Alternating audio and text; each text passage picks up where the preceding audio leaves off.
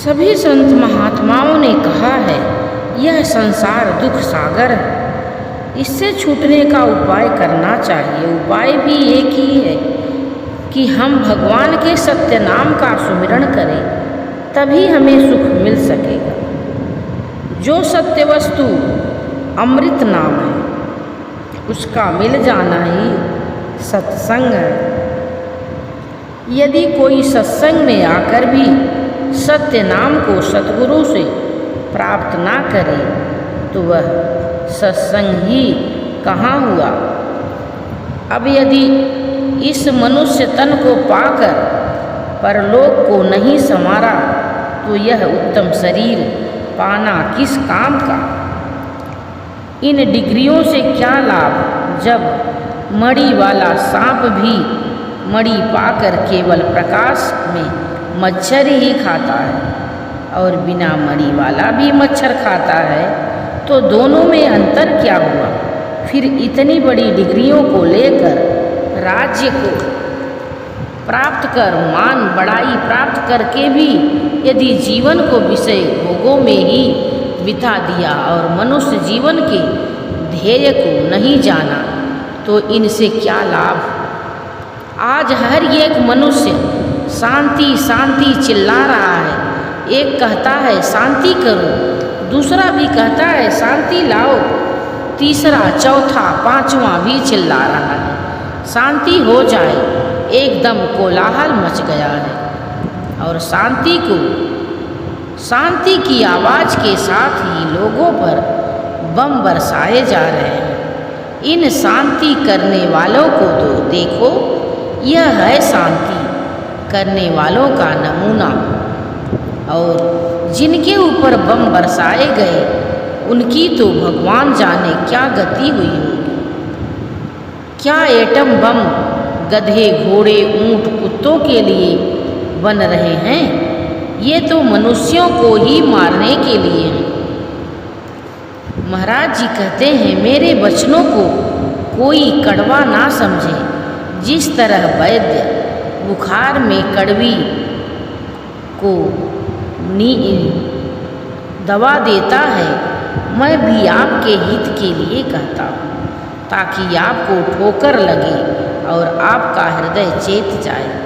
इसलिए आप संत महात्माओं के पास जाओ, उनको दंडवत प्रणाम करो, सेवा करो और उनसे हाथ जोड़कर विनय भाव से उनसे उस सच्चे नाम को पूछो जिस महामंत्र को शिव जी ने जपा, परंतु वह संत महात्माओं के पास से ही मिलता है, जिसके जानने से हमारा मनुष्य जन्म सफल हो जाएगा।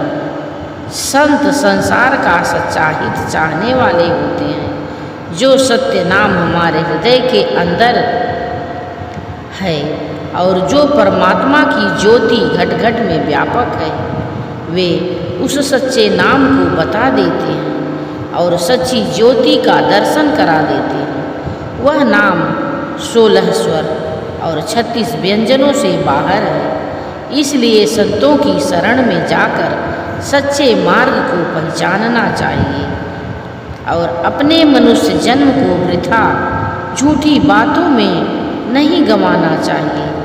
आज संसार की कैसी गति है, जैसे सांप के मुंह में मेढक है और वह उसको निगल रहा है। यद्यपि मेढक को पता है कि मैं काल के मुंह में जा रहा हूँ, लेकिन यदि कोई मच्छर मेढक के पास से निकले तो वह उसको खाने के लिए मुंह फैलाता है।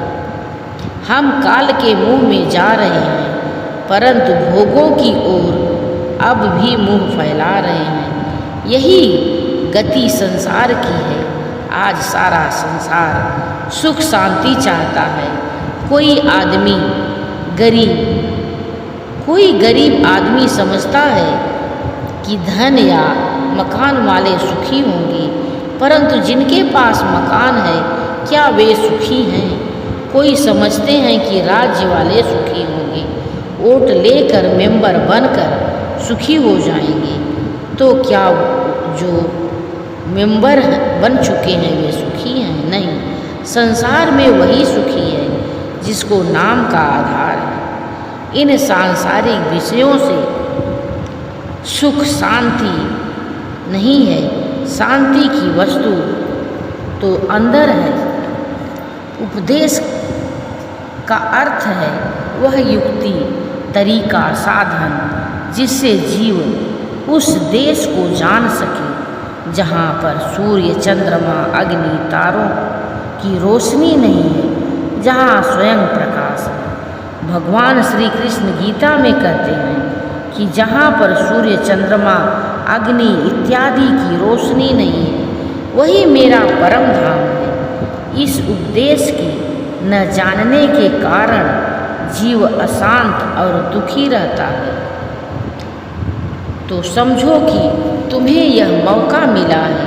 अगर तुम्हारे अंदर प्यास है तो तुम अपने जीवन को सफल कर सकते हो, और अगर प्यास नहीं है तो ज्ञान क्या करेगा। प्यास नहीं है तो मैं क्या करूँगा। प्यास नहीं है तो हम तो यह कहते हैं कि अपना टाइम यहाँ काहे के लिए बर्बाद करते हो। यह तुमने कभी नहीं सुना होगा कि मैं तुमसे कहूँ अगर तुम्हारे अंदर प्यास नहीं है तो अपना टाइम क्यों बर्बाद करते। अरे दुनिया में अगर लगना है तो अच्छे तरीके से लगो, कोई तो काम अच्छा करो। अगर एक पैर इधर और एक पैर उधर रखोगे तो क्या होगा। पैंट ही फटेगी, गिरोगे। एक पैर उधर जाएगा, एक पैर उधर जाएगा, और तुम कहीं नहीं जाओगे, तुम जाओगे नीचे। तो हम महाराज जी हमारे कहते हैं अगर प्यास है तो ज्ञान है, इसका अभ्यास करो। अगर तुम जिज्ञासु हो तो इस प्यास का अनुभव करो, ज्ञान की तैयारी करो। प्यास को समझना, प्यास को महसूस करना ही ज्ञान के लिए तैयार होना है, और कोई तैयारी नहीं हो सकती ज्ञान के लिए। भाई कुछ तो समझो, एक ही जीवन है, दोबारा यह नहीं मिलेगा, दोबारा ये मिलेगा नहीं। जो कुछ करना है अब कर लो, अब यह समय है। यही महाराज जी की सलाह है। यह है कि जीवन को सफल करो, जीवन को सफल करो, और कुछ हो ना हो, अगर जीवन सफल हो गया तो बहुत बड़ी बात है। इसके लिए तुमको कोई कफ नहीं मिलेगा, तुमको कोई सर्टिफिकेट नहीं मिलेगा, तुमको उजाला मिलेगा, उजाला मिलेगा, आनंद मिलेगा। वह अगर चाहिए तो तुम ठीक जगह हो, और वह नहीं चाहिए तो महाराज जी कहते हैं कि फिर मैं क्या करूँगा। ज्ञान क्या करेगा, कोई क्या कर सकता है। सब कुछ तो तुम्हारे पास है, बस अपने अंदर जाने की ज़रूरत है, देखने की ज़रूरत है, उस चीज़ को महसूस करने की ज़रूरत है। क्योंकि यह सिद्धांत नहीं हो सकती, यह ऐसी प्यास है कि इसको तो बुझाना है। यह नहीं है कि बैठ कर के वर्णन सुना जाए, इस गिलास का पानी बढ़िया है, इस गिलास का पानी बढ़िया है, यह पानी बढ़िया है, यह पानी वहाँ से आया है। नहीं, वर्णनों में क्या रखा है। जब तक प्यास नहीं बुझ पाई, वही पानी सबसे बढ़िया है जो प्यास बुझा दे।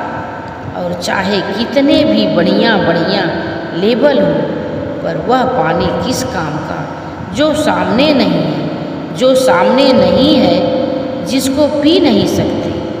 इसलिए अपने जीवन को सफल बनाओ, और महाराज जी का आशीर्वाद पाने के लिए हम सभी को यह संदेश सुनना आवश्यक है कि हमारे गुरु महाराज जी उपहार के रूप में यह संदेश सुनाते हैं।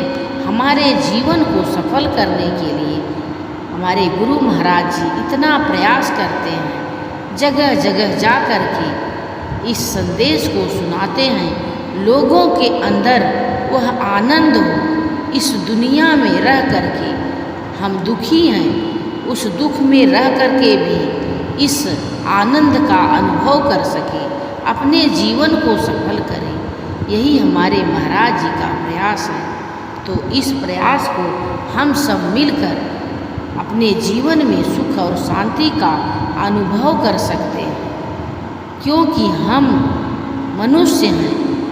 मनुष्य होने के नाते हमारा कर्तव्य है कि अपने जीवन के अंदर उस शांति का अनुभव करें और संत महात्माओं की बातों पर गौर करें, अपने जीवन के अंदर उसको जानने की कोशिश करें।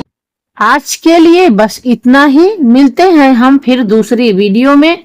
अगर यह संदेश आप सभी को अच्छा लगा हो तो हमारे आत्मबोध चैनल को ज्यादा से ज्यादा लाइक करें, शेयर करें, अपने परिवारजनों में साझा अवश्य करें, अपने जीवन को सफल करें। यही हमारा उद्देश्य है।